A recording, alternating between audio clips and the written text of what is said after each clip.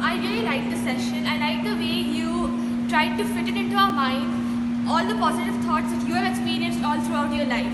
Like one thing that I really found was amazing, that you were pushed down so many times, but you didn't take that as a fall. You found a new beginning in every end. So that was one thing I really liked. Then you pushed us to read more. But here one thing that I felt I should really say is, you told us not to read fantasies. However, I feel like these Not fantasy. I mean, fantasy you should read so that your thought process goes up. Another thing I feel like we are benefited by it, the writer that writes it doesn't just write it as a story. It's a reflection of what the writer feels.